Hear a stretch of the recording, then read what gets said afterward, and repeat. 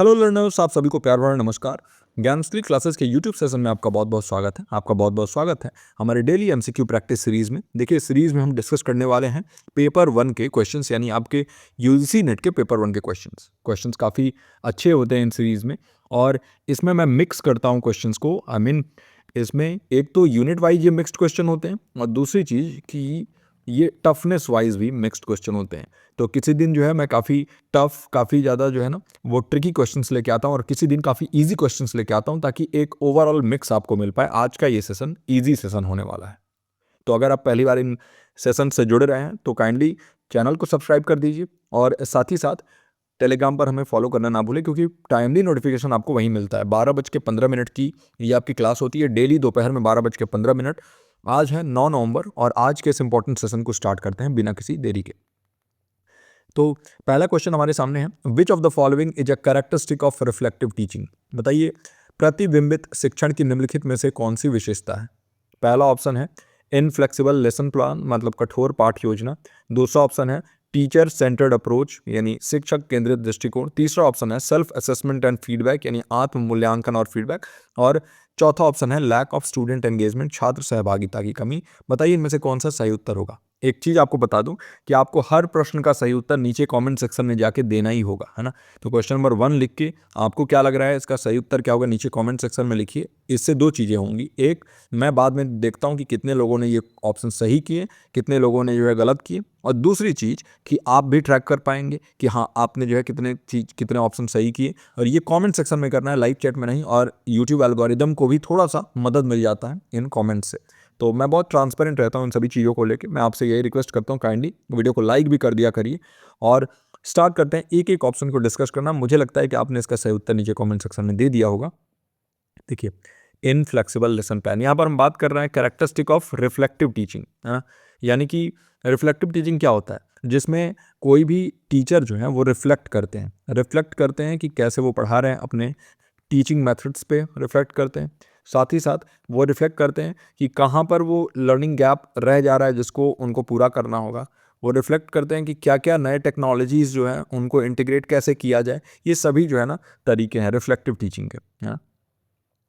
Inflexible lesson plan, कभी भी याद रखिएगा कि जब हम बात करेंगे रिफ्लेक्टिव टीचिंग की, तो ये फ्लेक्सिबिलिटी को एनकरेज करता है। यानी जो आपका जो भी पाठ योजना है वो फ्लेक्सिबल होना चाहिए, लचीला होना चाहिए, उसमें आप बदलाव कर सको, ऐसा होना चाहिए।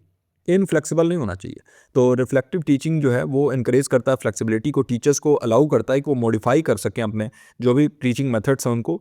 जब वो रिफ्लेक्ट करना स्टार्ट करेंगे, जब वो चिंतन करना स्टार्ट करेंगे कि क्या उनके स्टूडेंट्स के लिए बेस्ट काम कर सकता है, what works best for their students, याद रखिएगा। और इसलिए ये इसका सही उत्तर नहीं होगा। टीचर सेंटर्ड अप्रोच, देखिए रिफ्लेक्टिव टीचिंग जो है ना ये स्टूडेंट सेंटर्ड होता है। जो टीचर होते हैं वो अक्सर यहाँ पर छात्रों के बारे में सोचते हैं, कैसे उनके अंडरस्टैंडिंग को बेटर किया जाए, कैसे उनके ज़रूरतों के हिसाब से, उनके नीड्स के हिसाब से जो है अपने लेसन प्लान में और सभी चीज़ों में बदलाव लाया जाए। तो ये भी नहीं होगा। सेल्फ असेसमेंट एंड फीडबैक, देखिए सेल्फ असेसमेंट एंड फीडबैक का मतलब क्या है। रिफ्लेक्टिव टीचिंग में सेल्फ असेसमेंट करना बहुत इंपॉर्टेंट है, आत्म मूल्यांकन करना बहुत इंपॉर्टेंट है। टीचर यानी शिक्षक जो हैं वो आत्म मूल्यांकन करते हैं, वो देखते हैं कि क्या कमी रह जा रही है मुझसे, कहाँ पर जो है मुझे और ज़्यादा बेहतर करना होगा और ज़्यादा अच्छे तरीके से समझाना होगा, ताकि स्टूडेंट्स को अच्छे तरीके से समझ में आ जाए। तो रिफ्लेक्टिव टीचिंग जो है ना ये स्टूडेंट सेंटर्ड होता है। और ये जो है इसमें सेल्फ असेसमेंट टीचर करते हैं, ऑनगोइंग फीडबैक लेने के लिए फॉर्मेटिव असेसमेंट भी करा सकते हैं जो एफए एग्जाम होता है। तो ऑनगोइंग फीडबैक के लिए भी यहाँ पर इनकरेजमेंट किया जाता है। और टीचर्स क्या करते हैं, ये अपने प्रैक्टिसेस को क्या वो कर रहे हैं, क्लास में कैसे पढ़ा रहे हैं, कैसे क्लासरूम को मैनेज कर रहे हैं, उसमें एडजस्टमेंट करते हैं ऑन द बेसिस ऑफ क्या उनको फीडबैक मिला। तो ये इसका सही उत्तर होगा, सेल्फ असेसमेंट एंड फीडबैक, आत्म मूल्यांकन और प्रतिक्रिया। और चौथा ऑप्शन जो लैक ऑफ स्टूडेंट एंगेजमेंट, ये नहीं होगा। देखिए स्टूडेंट का एंगेजमेंट लैक नहीं करता है, बल्कि और इम्प्रूव हो जाता है, स्टूडेंट एंगेजमेंट बढ़ता है। टीचिंग स्ट्रेटेजी अगर हम रिफाइन करते जाएंगे, जो हमारी शिक्षण पद्धतियाँ हैं उनको अगर हम और ज़्यादा बेहतर करते जाएंगे, तो इससे क्या होगा, ज़्यादा स्टूडेंट्स जो है ना वो एंगेज्ड रहेंगे, वो आपसे सवाल पूछेंगे, उनके मन में जो भी डाउट होगा उसका क्लैरिफिकेशन जो है वो आपसे ले लेंगे। तो ये जो है एक बहुत ही इम्पॉर्टेंट यहाँ पर तरीका होता है अगर आप टीचिंग को और लर्निंग को बेहतर बनाना चाहते हैं as a teacher. I hope कि इसका सही उत्तर आपने नीचे कमेंट सेक्शन में दे दिया हो। अगले प्रश्न पर बढ़ते हैं। हमारा दूसरा प्रश्न है, which research method focuses on studying the past to understand the present. बहुत ही आसान प्रश्न है और कई बार आसान प्रश्न हमसे गलत भी हो जाते हैं। कौन सी शोध विधि वर्तमान को समझने के लिए अतीत का अध्ययन करने पर केंद्रित है? तो अध्ययन हम किस चीज़ का कर रहे हैं? अतीत का, पास्ट का, और समझना चाहते हैं क्या? वर्तमान को यानी प्रेजेंट को। पहला ऑप्शन है आपके सामने एक्सपेरिमेंटल रिसर्च, प्रयोगात्मक शोध। दूसरा ऑप्शन है डेस्क्रिप्टिव रिसर्च, वर्णनात्मक शोध। तीसरा ऑप्शन है हिस्टोरिकल रिसर्च, ऐतिहासिक शोध। और चौथा ऑप्शन है एक्शन रिसर्च, क्रियात्मक शोध। बताइए इनमें से सही उत्तर क्या होगा?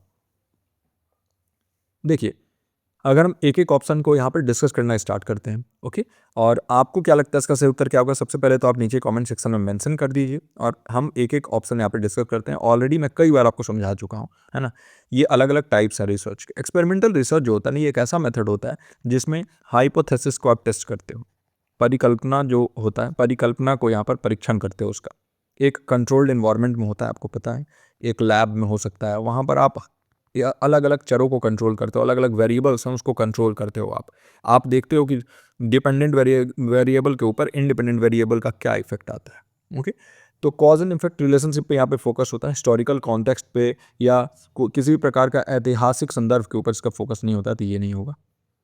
डेस्क्रिप्टिव रिसर्च में प्रेजेंट के ऊपर फोकस होता है और जो भी चीज़ें हैं उसको ऑब्जर्व करना, उसका अवलोकन करना और एज इट इज़, है ना, बिना किसी चेंज के एज इट इज़ उसको रिपोर्ट कर देना, as it is reporting. Descriptive research में आप सिर्फ डिस्क्राइब कर देते हो करंट फिनोमेना को, इसमें पास्ट इवेंट नहीं देखते बल्कि प्रेजेंट में जो भी चीज़ें हैं उसको आप डिस्क्राइब कर देते हो। हिस्टोरिकल रिसर्च इसका सही उत्तर हो जाएगा, ऐतिहासिक शोध। इसमें आप क्या करते हो कि जो भी हिस्टोरिकल डॉक्यूमेंट्स हैं, इवेंट्स हैं, ट्रेंड्स हैं, इन सब को एग्जामिन करते हो, पास्ट इवेंट जो हो चुके हैं उसको एग्जामिन करते हो और उसको अभी वर्तमान के परिप्रेक्ष्य में देखते हो, समझते हो कि आज के, अगर हम इस कॉन्टेक्स्ट में, इस संदर्भ में देखें तो उसका क्या इस्तेमाल, उससे हम क्या सीख सकते हैं और कैसे जो है पास्ट के अपने जो हमारा सीख है उसको हम प्रेजेंट में लागू कर सकते हैं। तो हिस्टोरिकल रिसर्च इसका सही उत्तर हो जाएगा, ऐतिहासिक शोध। और एक्शन रिसर्च जो है ना, ये कोई भी इमीडिएट प्रॉब्लम को सॉल्व करने के लिए हम यूज़ करते हैं। क्लासरूम में अक्सर जो है हमारे पास बहुत सारे ऐसे प्रॉब्लम्स आ जाते हैं। मान लीजिए कोई बच्चा बहुत शोर करने लगा तो आपने उसका सिटिंग पोजीशन चेंज कर दिया, फिर आपने क्लास में जो है ना एक ऐसा सिस्टम बिठाया कि हर एक बेंच का बच्चा अगले दिन जो है ना वो पीछे जाएगा, आगे पीछे वाला बच्चा आगे आएगा, ऐसे करके होगा। तो ये जो है ना, आप बार बार ये रिवॉल्व कर रहे हो, ये चीज़ें कर रहे हो, इससे आप देखते हो कि क्या इफेक्ट आ रहा है, क्या लर्निंग बेहतर हो रहा है, नहीं हो रहा है। तो ये इमीडिएट प्रॉब्लम्स को जो है ना सॉल्व करने के लिए होता है और आप नए नए इंटरवेंशंस को टेस्ट करते हो रियल टाइम में और देखते हो इसमें हिस्टोरिकल कॉन्टेक्स्ट से कोई लेन देन नहीं है, तो ये भी नहीं होगा। इसका सही उत्तर हो जाएगा सी ऑप्शन। आई होप कि इसका सही उत्तर नीचे कमेंट सेक्शन में आपने दिया हो। अब हम बढ़ते हैं अपने तीसरे प्रश्न की तरफ। In communication what does the term encoding refer to? Encoding का मतलब क्या है? कम्युनिकेशन या संचार में अगर बात करें तो एनकोडिंग शब्द का क्या अर्थ है? पहला ऑप्शन है संदेश प्राप्त करना, रिसीविंग अ मैसेज। दूसरा ऑप्शन है विचारों को प्रतीकों में अनुवाद करना यानी ट्रांसलेटिंग थॉट्स इनटू सिंबल्स। तीसरा ऑप्शन है संदेश की व्याख्या करना, इंटरप्रेटिंग द मैसेज। एंड चौथा ऑप्शन है प्रतिक्रिया देना, गिविंग फीडबैक। बताइए कि एनकोडिंग हम किसे कहते हैं? देखिए, कम्युनिकेशन का अलग अलग स्टेप होता है। सबसे पहले क्या होता है? सेंडर होते हैं। सेंडर क्या करते हैं? वो मैसेज को एनकोड करते हैं। कोई मैसेज होगा इसको ये एनकोड करेंगे, एनकोड करके एक मीडियम का चुनाव करते हैं, मीडियम के थ्रू जो है ये सेंड करते हैं मैसेज को। मैसेज सेंड होने के बाद रिसीवर एंड पे ये रिसीव होता है। रिसीव होने के बाद ये क्या करते हैं? ये डिकोड करते हैं मैसेज को। डिकोड करने के बाद से अब इंटरप्रिटेशन जब होता है और इंटरप्रिटेशन के बाद यहाँ पर ये रिसीवर जो है ये फीडबैक देते हैं और फीडबैक से वापस ये लूप स्टार्ट हो जाता है। तो ये पूरा का पूरा एक आपका कम्युनिकेशन का स्टेप है। अब इसमें बताइए कि ये जो एनकोडिंग वाला बात हमने कहा, ये क्या मतलब है इसका? आपको क्या लगता है क्वेश्चन नंबर 3 का क्या ऑप्शन सही होगा? नीचे कमेंट सेक्शन में मेंशन कर दीजिए और मैं एक एक ऑप्शन डिस्कस करना स्टार्ट करता हूँ। मैसेज को रिसीव करना जो है ना, ये द एक्ट ऑफ डिकोडिंग हम इसे कहते हैं कि आप रिसीव किया आपने, उसके बाद आप डिकोड करोगे, एनकोड नहीं करोगे, तो ये तो होगा ही नहीं। Translating thoughts into symbols. देखिए, जब आप कम्युनिकेशन करते हो तो इसमें जो भी आपके मन में विचार होते हैं, जो भी आइडियाज़ होते हैं, जिसको हम कहते हैं थॉट्स एंड आइडियाज़, तो इनको आप किसी सिंबल में, सिंबल का मतलब हो गया जैसे कोई लैंग्वेज हो सकता है जैसे कोई लिपि हो सकती है। जैसे आप इंग्लिश लैंग्वेज में लिख रहे हो तो मान लीजिए मेरे मन में विचार है, आपको कुछ कहना चाहता हूँ, तो वो कैसे कहूँगा? कोई ना कोई शब्दों में जो है उसको मैं अपना जो भी मुझे मेरे मन में वो बयां करूँगा, है ना। तो इस चीज़ के लिए आप कोई सिंबल, कोई लैंग्वेज का इस्तेमाल करते हो, दूसरे फॉर्म ऑफ एक्सप्रेशन का इस्तेमाल करते हो अपने मैसेज को कन्वे करने के लिए, और इसी को हम कहते हैं एनकोडिंग। एनकोड करते हो वहाँ पर आप, translating thoughts into symbols. Message को इंटरप्रेट करना जो है ना, ये डिकोडिंग का पार्ट होता है। जहाँ पर रिसीवर जो है मैसेज के मीनिंग को, उसके अंदर के जो निहित अर्थ जो है उसको समझने की कोशिश करते हैं, ये नहीं होगा। और फीडबैक देना तो एक रिस्पॉन्स होता है जो कि डिकोडिंग के बाद होता है, और ये लास्ट में होता है। देखिए यहाँ पर हुआ है फीडबैक, तो ये लास्ट में है, तो ये भी नहीं होगा। इसका सही उत्तर बी ऑप्शन हो जाएगा, विचारों को प्रतीकों में अनुवाद करना। और आई होप कि इसका सही उत्तर नीचे कमेंट सेक्शन में आपने दिया हो। बढ़ते अपने चौथे प्रश्न की तरफ। The gross enrolment ratio GER in higher education refers to. बताइए उच्च शिक्षा में सकल नामांकन अनुपात किसे संदर्भित करता है, क्या मतलब है इसका। पहला ऑप्शन है the percentage of students passing exams, यानी परीक्षा पास करने वाले छात्रों का प्रतिशत। दूसरा ऑप्शन है the number of students enrolled in a specific age group, यानी एक विशेष आयु वर्ग में नामांकित छात्रों की संख्या। तीसरा ऑप्शन है the ratio of students to teachers, यानी छात्रों और शिक्षकों का अनुपात। और चौथा ऑप्शन है the percentage of graduates finding employment, यानी रोजगार पाने वाले स्नातकों की प्रतिशत। बताइए इसका सही उत्तर क्या होगा। क्वेश्चन नंबर 4 लिख के नीचे कमेंट सेक्शन में मेंशन कर दीजिए आपको क्या लग रहा है इसका सही उत्तर क्या होना चाहिए। ग्रॉस एनरोलमेंट रेशियो के बारे में हम बात कर रहे हैं। पहला ऑप्शन देखिए the percentage of student passing exam, तो GER जो है ना एग्जामिनेशन के पास रेट से इसका कोई लेन देन नहीं है ना, तो ये नहीं होगा। The number of students enrolled in a specific age group, यही इसका सही उत्तर हो जाएगा। ठीक है, एक विशेष आयु वर्ग में नामांकित छात्रों की संख्या, यही GER होता है, ग्रॉस एनरोलमेंट रेशियो। तो जो ग्रॉस एनरोलमेंट रेशियो है ये मेजर करता है कि कितने स्टूडेंट्स एनरोल हुए कोई स्पेसिफिक एज। जैसे मैंने ले लिया कि 6 से 14 साल के बीच के बच्चे हैं, है ना, तो 6 से 14 साल के बीच के बच्चों का क्या अनुपात रहा, इनका कितना एनरोलमेंट रहा स्कूल्स में। तो इसके लिए हम क्या करेंगे, एक परसेंटेज जो है ना पॉपुलेशन का उस एज ग्रुप का हम देखना चाहेंगे, और इसी के लिए हम ग्रॉस एनरोलमेंट रेशियो का इस्तेमाल करते हैं। स्टूडेंट टीचर रेशियो, इसको हम कहते हैं the ratio of students to teachers, को हम कहते हैं स्टूडेंट टीचर रेशियो। और अक्सर हमें देखने को मिलता है कि 32 स्टूडेंट्स पे एक टीचर्स की आवश्यकता होती है प्राइमरी लेवल पे, और इसको बढ़ा के 40 से 45 हो सकता है ये, अगर हम सेकेंडरी लेवल तक जाएँ तो एक टीचर। तो ये जो है वो होता है स्टूडेंट टीचर रेशियो। और percentage of graduates finding employment, तो इसको हम GER नहीं कहते हैं बल्कि एम्प्लॉयमेंट रेट कहते हैं, तो ये भी नहीं होगा। इसका सही उत्तर हो जाएगा बी ऑप्शन। आई होप कि इसका सही उत्तर नीचे कमेंट सेक्शन में आपने दे दिया हो। और देखिए मैंने बताया था कि आज के सवाल काफ़ी इजी रहने वाले हैं, और इजी क्वेश्चंस भी करना बहुत ज़रूरी है। ऐसा नहीं है सिर्फ टफ क्वेश्चन से आप करते जाओ तो मिक्स आता है आपके एग्जामिनेशन में, सारे क्वेश्चंस मिक्स्ड होते हैं, है ना। वीडियो को यहाँ तक देखा है अगर आपने तो काइंडली वीडियो को अभी जाके लाइक कर दीजिए। बार बार मैं कहता हूँ काइंडली वीडियो को लाइक कर दीजिए। देखिए यूट्यूब एल्गोरिदम के लिए इंपॉर्टेंट है, हमारे मोटिवेशन के लिए इंपॉर्टेंट है। अब बताइए पांचवा क्वेश्चन हमारे सामने है, which sustainable development goal focuses on ensuring inclusive and equitable quality education. कौन सा सतत विकास लक्ष्य समावेशी और समान गुणवत्ता वाली शिक्षा सुनिश्चित करने पर केंद्रित है। ऑप्शंस है, पहला SDG 3 यानी सस्टेनेबल डेवलपमेंट गोल 3, सतत विकास लक्ष्य नंबर 3। दूसरा ऑप्शन है सतत विकास लक्ष्य नंबर 4 SDG 4। तीसरा ऑप्शन है SDG 5 और चौथा ऑप्शन है SDG 6। बताइए इनमें से सही उत्तर क्या होगा। क्वेश्चन नंबर 5 लिख के नीचे कमेंट सेक्शन में मेंशन कर दीजिए। और एक और चीज़ कि किसी स्टूडेंट ने हमारे डाउट ग्रुप में पूछा था ये SDG के बारे में कि मतलब कि जितने गोल्स हैं, जैसे 17 गोल होते हैं तो 17 गोल्स वहाँ पे मैंने आपको इन शॉर्ट प्रोवाइड कर दिया है ना। और वीडियो भी ऑलरेडी हमारा जो सतत विकास लक्ष्य या सस्टेनेबल डेवलपमेंट गोल है इसके ऊपर हमने बना रखा है, जिसमें मैंने आपको ट्रिक भी बताया है। तो आप इन 17 गोल्स को बिल्कुल ऑर्डर में, है ना, ऑर्डर में इनको याद कर लीजिए, बिल्कुल सीक्वेंस वाइज इनको याद कर लीजिए, क्योंकि क्वेश्चन सीक्वेंस के ऊपर भी आ सकता है। आप डायरेक्ट इससे पूछ दिया ना यहाँ पे आपसे कि बताइए इंक्लूसिव और इक्विटेबल क्वालिटी एजुकेशन कौन से गोल में आता है। मैंने आपको बार बार बता भी रखा है कि कौन से गोल में आता है। एजुकेशन वाला तो कम से कम आप याद रखा करिए, है ना। तो एक एक SDG यहाँ पर जो है वो डिस्कस करते हैं। देखिए SDG 3 जो है ना ये फोकस करता है हेल्थ और वेलबींग पे, याद रखिएगा। तो स्टार्टिंग वाले जो SDG है ना, तो जैसे गरीबी, भूखमरी, हेल्थ इस पे होते हैं। जैसे फर्स्ट वाला जो है वो पॉवर्टी, हंगर, तो ऐसे करके याद रख सकते हैं आप। तो हेल्थ एंड वेलबींग वाला SDG 3 है, ठीक है। SDG 4 जो है ये एजुकेशन से रिलेटेड है, याद रखिएगा। SDG 4 एजुकेशन से रिलेटेड है, और इससे इंस्पायर होकर जो हमारी राष्ट्रीय शिक्षा नीति 2020 आई है वो भी SDG 4 से ही इंस्पायर्ड है। तो SDG 4 डेडिकेटेड है providing inclusive, equitable and quality education for all, समावेशी समान गुणवत्ता वाली शिक्षा सुनिश्चित करना सबके लिए। तो यही इसका सही उत्तर होगा। SDG 5 एम करता है अचीविंग जेंडर इक्वालिटी, तो याद रखिएगा ये जेंडर इक्वालिटी के लिए है। और SDG 6 टारगेट करता है clean water and sanitation, clean water and sanitation. तो ये इसका सही उत्तर है बी ऑप्शन। आई होप कि इसका सही उत्तर नीचे कमेंट सेक्शन में आपने दे दिया हो। अब हम बढ़ते हैं अपने छठे प्रश्न पर। हमारा छठा प्रश्न बहुत ही आसान प्रश्न है, what is the main role of ICT in education. बताइए शिक्षा में आईसीटी या इंफॉर्मेशन एंड कम्युनिकेशन टेक्नोलॉजी की मुख्य भूमिका क्या है? पहला ऑप्शन है to replace traditional teaching methods यानी पारंपरिक शिक्षण विधियों को बदलना। दूसरी ऑप्शन यहाँ पर to enhance learning through digital tools यानी डिजिटल उपकरणों के माध्यम से सीखने को बढ़ाना। तीसरा ऑप्शन है to reduce the number of teachers required यानी आवश्यक शिक्षकों की संख्या कम करना। और चौथा ऑप्शन है टू स्टैंडर्डाइज करिकुलम ग्लोबली यानी वैश्विक स्तर पर पाठ्यक्रम को मानकीकृत करना। बताइए इसका सही ऑप्शन क्या होगा? आईसीटी इन एजुकेशन के बारे में पूछ रहा है। क्वेश्चन नंबर 6 लिख के आपको क्या लग रहा है इसका सही उत्तर क्या होगा नीचे कमेंट सेक्शन में मेंशन कर देंगे और फिर हम स्टार्ट करेंगे एक एक ऑप्शन डिस्कस करना। देखिए आईसीटी के बारे में पूछा, इंफॉर्मेशन कम्युनिकेशन टेक्नोलॉजी हमेशा याद रखिएगा कि ये सपोर्ट करने के बारे में है, कभी भी रिप्लेस करने के बारे में नहीं है, सपोर्ट करने के बारे में है।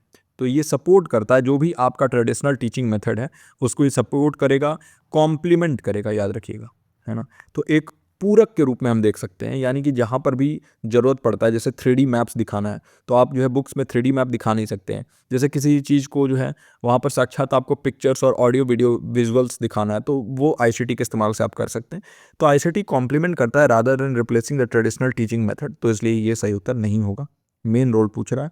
दूसरा ऑप्शन है to enhance learning through digital tools, यही इसका सही उत्तर होगा। ठीक है, डिजिटल उपकरणों के माध्यम से सीखने को बढ़ाना। जैसे कि डिजिटल टूल्स कौन से हो सकते हैं? जैसे आपके क्लास में प्रोजेक्टर लगा होता है, आपके क्लास में जो है स्मार्ट बोर्ड लगा हुआ है, आपके स्कूल में लर्निंग मैनेजमेंट सिस्टम जो है वो उपलब्ध है जहाँ पर बच्चे जो है वो अपना उनको आप होमवर्क भी दे सकते हैं, उनका होमवर्क ट्रैक भी कर सकते हैं, साथ ही साथ उनके पोर्टफोलियो को मैनेज कर सकते हैं, बहुत सारी चीज़ें आप कर सकते हैं। डिजिटल टूल्स के जरिए आप जो है उनको ऑनलाइन जो है लर्निंग भी दे सकते हैं, ब्लेंडेड लर्निंग प्रोवाइड कर सकते हैं। तो ये सभी जो है ना डिजिटल टूल्स का इस्तेमाल करके लर्निंग को अधिगम को और ज़्यादा बेहतर किया जाता है। To reduce the number of teachers required, ऐसा कुछ नहीं है। आईसीटी का जो यहाँ पर लक्ष्य है वो टीचिंग को सपोर्ट करना, ना कि रिड्यूस करना टीचर्स को, तो ये तो होगा ही नहीं। और करिकुलम को ग्लोबली स्टैंडर्डाइज करने के बारे में बिल्कुल नहीं है। आईसीटी जो है फैसिलिटेट कर सकता है रिसोर्सेज का एक्सेस, लेकिन प्राइमरी पर्पज इसका लर्निंग को एनहेंस करना है। करिकुलम को वर्ल्ड वाइड जो है वो स्टैंडर्डाइज करना नहीं है, मानकीकृत करना नहीं है, और इसलिए ये भी उत्तर सही नहीं होगा। इसका सही उत्तर हो जाएगा option number second, B option. और आई होप कि इसका सही उत्तर आपने नीचे कमेंट सेक्शन में दिया हो। अब हम बढ़ते हैं अपने 7वें प्रश्न की तरफ। अगेन कम्युनिकेशन का ये प्रश्न है, which type of communication is characterised by facial expressions and gestures. आसान प्रश्न है, कौन सा संचार प्रकार चेहरे के हाव भाव और इशारों से पहचाना जाता है?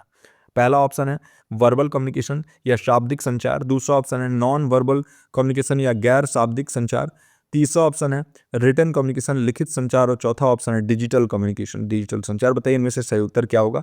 यहाँ पर मौखिक और अवाचिक की जगह पे शाब्दिक और गैर शाब्दिक आप कर लेंगे, ये ट्रांसलेशन एरर हो जाता है हर बार, है ना।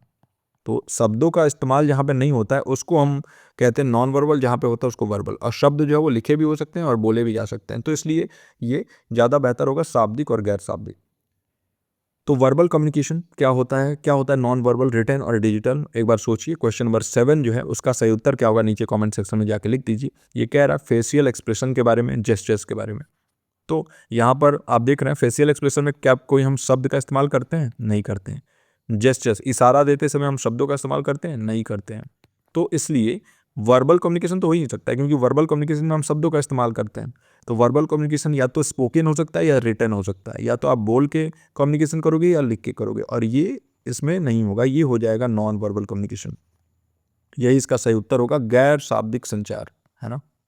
तो गैर शाब्दिक संचार में क्या होता है, इसमें आप जो भी सूचना है, इन्फॉर्मेशन है, उसको आप कन्वे करते हो विदाउट स्पीकिंग एनी वर्ड, है ना। किसी भी शब्द का इस्तेमाल नहीं करोगे आप फेशियल एक्सप्रेशन के जरिए, जेस्चर्स के जरिए, बॉडी लैंग्वेज के जरिए कह देते हो। जैसे आप के कक्षा में बच्चे बैठे हुए हैं, आप सामने में बोर्ड पे पढ़ा रहे हैं, है ना। यहाँ पर आप खड़े हैं, यहाँ पर आप पढ़ा रहे हैं, और सामने में बच्चे बैठे हुए हैं यहाँ पर। अब बहुत सारे बच्चे हैं, यहाँ पर आपने कोई कॉन्सेप्ट पढ़ाया और थोड़ा सा वो कॉम्प्लेक्स कॉन्सेप्ट है, थोड़ा सा जटिल है वो, और वो उनको समझ में नहीं आया, वो बोल नहीं रहे हैं डर के मारे। उनको लगता है कि मैं बोलूँगा तो हो सकता है कि क्लास के सामने मेरा मजाक उड़ जाए या जो भी। लेकिन आपने उनका एक्सप्रेशन देखा, उनका फेशियल एक्सप्रेशन देखा, उनके चेहरे के हाव भाव बता रहे हैं कि उनको समझ में नहीं आया। तो वो कैसा कम्युनिकेशन कर रहे हैं? वो एक नॉन वर्बल कम्युनिकेशन कह रहे हैं, जिसमें वो कुछ कह नहीं रहे हैं, फिर भी जो है आप समझ जा रहे हैं कि वो क्या कह रहे हैं, है ना। तो ये नॉन वर्बल कम्युनिकेशन होता है। और एक और चीज़, सिर्फ यही नहीं, एक और चीज़ है। देखिए, मैंने आपको हाई कॉन्टेक्स्ट कल्चर और लो कॉन्टेक्स्ट कल्चर पढ़ाया था, है ना। हाई कॉन्टेक्स्ट कल्चर होते हैं और लो कॉन्टेक्स्ट। लो कॉन्टेक्स्ट कल्चर में बहुत चीज़ें बोल के ही बता दी जाती हैं, है ना। लेकिन हाई कॉन्टेक्स्ट कल्चर ऐसे होते हैं जिसमें इशारे और हाव भाव बहुत ज़्यादा होता है। मतलब यहाँ पर जैसे चाइना है, जापान है, वो हाई कॉन्टेक्स्ट कल्चर है। इंडिया में भी एक तरीके का हाई कॉन्टेक्स्ट कल्चर ही माना जाएगा।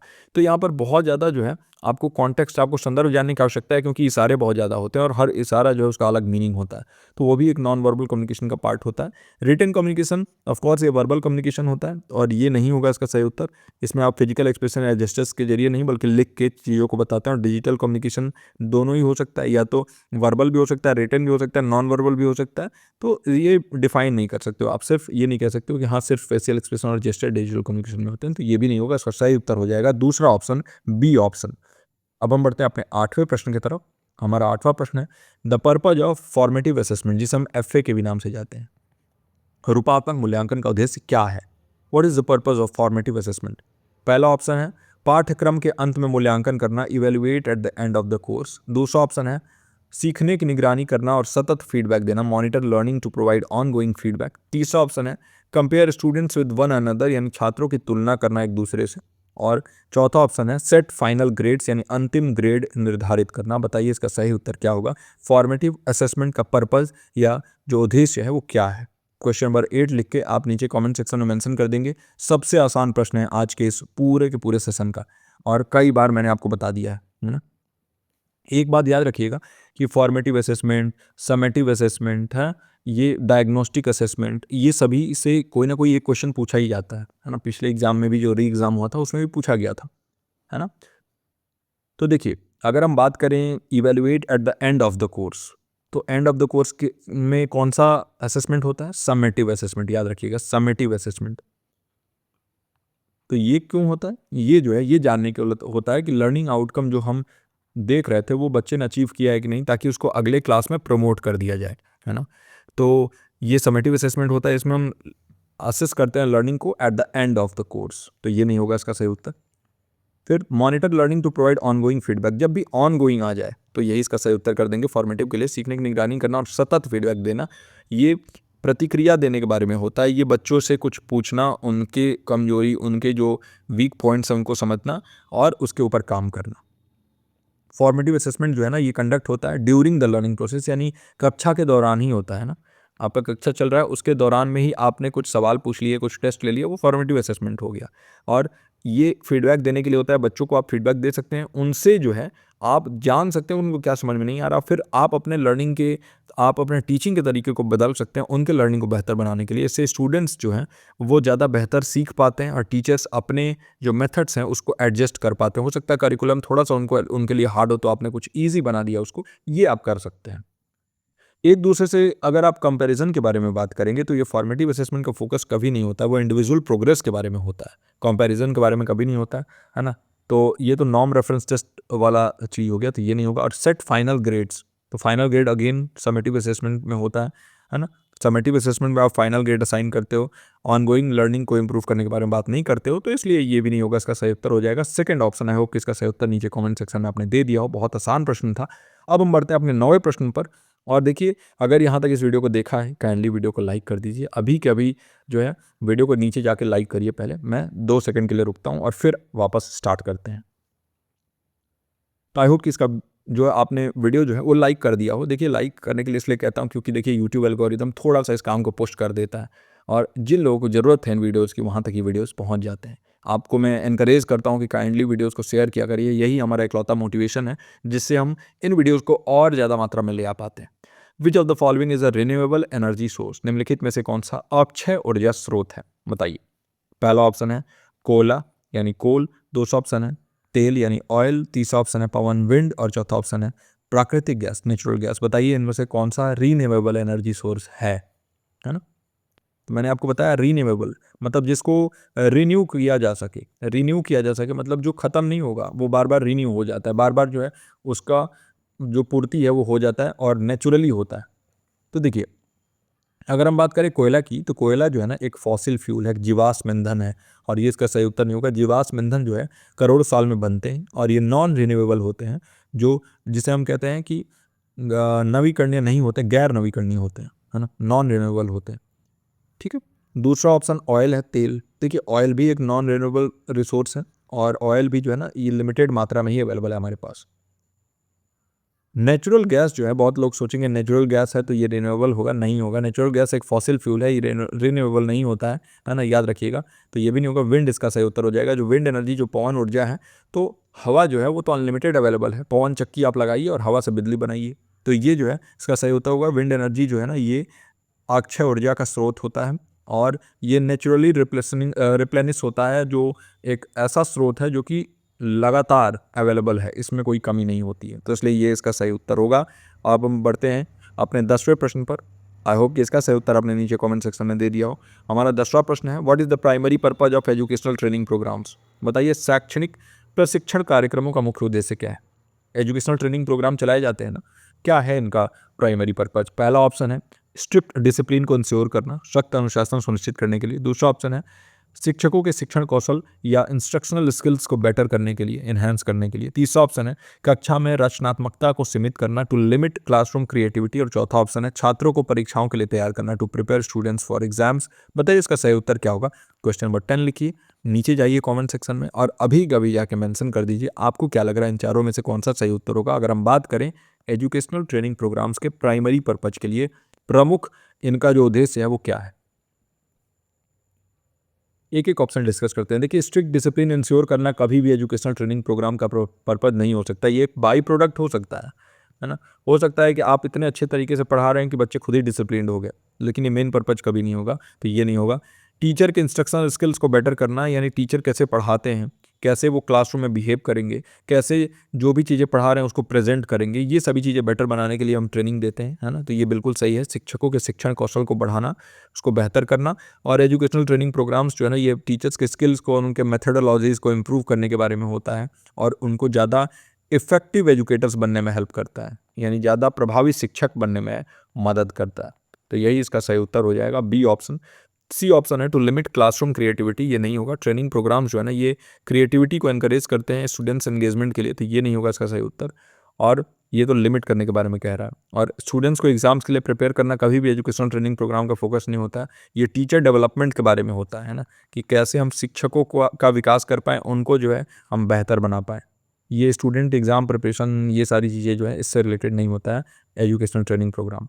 तो इसका सही उत्तर हो जाएगा दूसरा option, B option. I hope कि इसका सही उत्तर नीचे कमेंट सेक्शन में दे दिया हो। और देखिए ये हमारा आखिरी प्रश्न था और आज के इन प्रश्नों की श्रृंखला कैसी लगी आपको। काफ़ी आसान प्रश्न थे, तो मैं आशा करता हूँ कि आपने अच्छे तरीके से इन सभी प्रश्नों को सॉल्व किया होगा और सभी का उत्तर नीचे कमेंट सेक्शन में दे दिया होगा।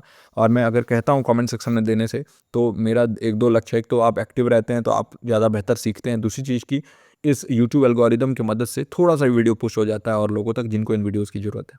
तो चलिए इस वीडियो में यहीं तक। यहाँ पर ये आंसर की मैंने दे रखा है, रात को 10 बजे ज्ञानस्थली के टेलीग्राम चैनल पर ये PDF आपको मिलता है। तो आप हमारे टेलीग्राम चैनल से जुड़ जाइए। अगर आप इन PDF को प्राप्त करना चाहते हैं तो नीचे आपको डिस्क्रिप्शन में लिंक मिल जाएगा, है ना। उस लिंक पे क्लिक करके टेलीग्राम पर आप फॉलो कर सकते हैं। और साथ ही साथ अगर हमारे ये वीडियोज़ अच्छे लग रहे हैं, आप प्लेलिस्ट भी चेक कर सकते हैं। वहाँ पर ये वीडियोज़ की पूरी श्रृंखला उपलब्ध है और वहाँ से पुराने वीडियोज़ भी आप देख सकते हैं जो अभी तक हमने करा रखे हैं। लगभग 63-64 वीडियोज़ हो चुके हैं, तो यानी 600 से ऊपर क्वेश्चन हमने ऑलरेडी डिस्कस कर रखे हैं। और इस बात की मैं गारंटी लेता हूँ कि अगर आप इन सेशंस में जुड़े रहेंगे तो आप जो है ना 40+ क्वेश्चन आसानी से स्कोर कर पाएंगे इन योर पेपर 1, है ना। तो इसी पॉजिटिव नोट के साथ आज के इस क्लास को यहीं एंड करते हैं। मैं मिलता हूँ आपसे अगले डिस्कशन सेशन के साथ। टिल देन आप अपना और अपनों का ख्याल रखिए। नमस्कार।